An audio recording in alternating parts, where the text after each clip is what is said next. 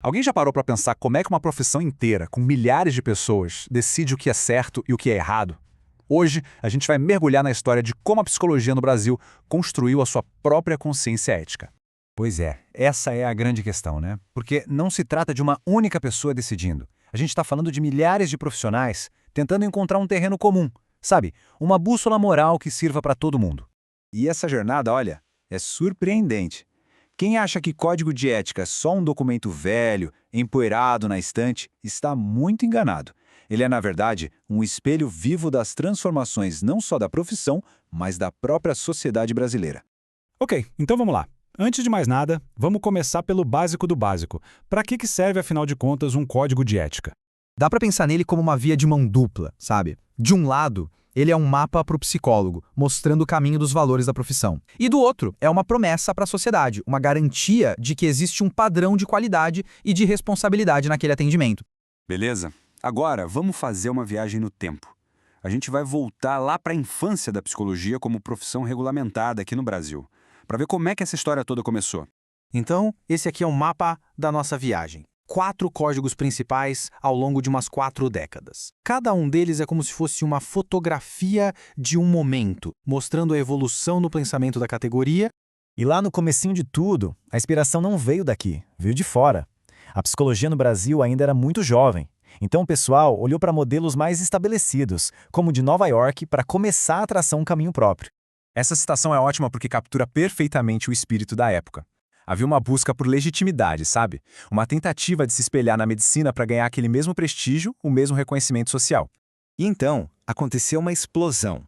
Entre o primeiro código, lá de 1975, e a revisão dele, o número de psicólogos registrados mais do que quadruplicou. É isso mesmo, 4 vezes mais. E claro, esse crescimento todo trouxe um monte de desafios novos, né? Novas áreas de atuação, novos problemas. Ficou clara a necessidade urgente de um código mais robusto, mais abrangente, que desse conta dessa nova realidade.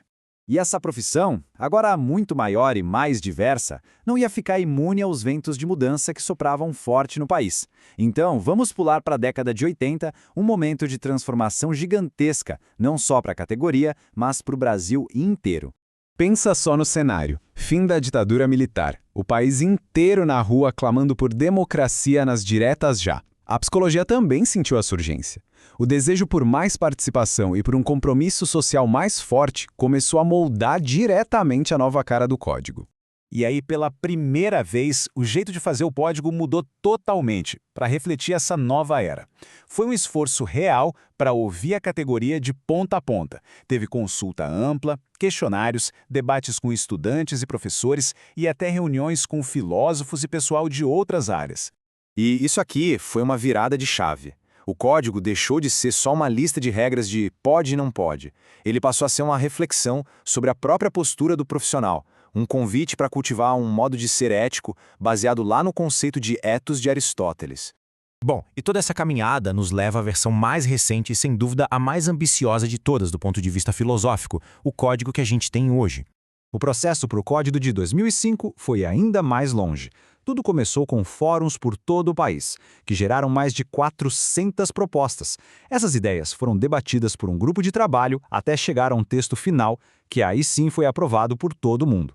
Foi uma construção coletiva de verdade. E aqui está a declaração de missão do código atual. A ideia não era mais ditar regras para cada situaçãozinha específica, sabe? Mas sim fornecer princípios para que cada profissional pudesse refletir e tomar as próprias decisões éticas. Só que, claro, essa mudança de filosofia gerou um baita debate. Uma tensão que, na verdade, define o código até hoje.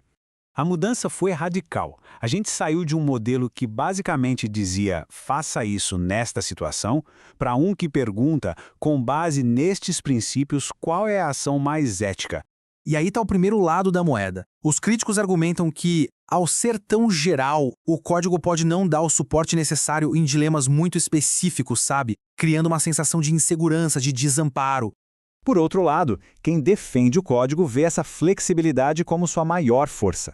O argumento é que ele empodera o profissional, confiando na capacidade de cada um de deliberar e aplicar os princípios gerais à sua realidade particular. Então tá, depois dessa jornada toda, qual é a conclusão? A resposta, talvez, esteja além do próprio documento. E esse é o ponto final da análise. O código é uma ferramenta fundamental, um mapa, mas ele não é o território, entende? A ação ética de verdade, no fim das contas, nasce da reflexão individual, da história e dos valores de cada profissional. E é essa questão que fica no ar, né? O documento dá os princípios, mas a aplicação, a decisão ali no calor do momento, a verdadeira bússola moral, essa vem de um lugar bem mais profundo. Um lugar que cada profissional precisa encontrar e cultivar dentro de si.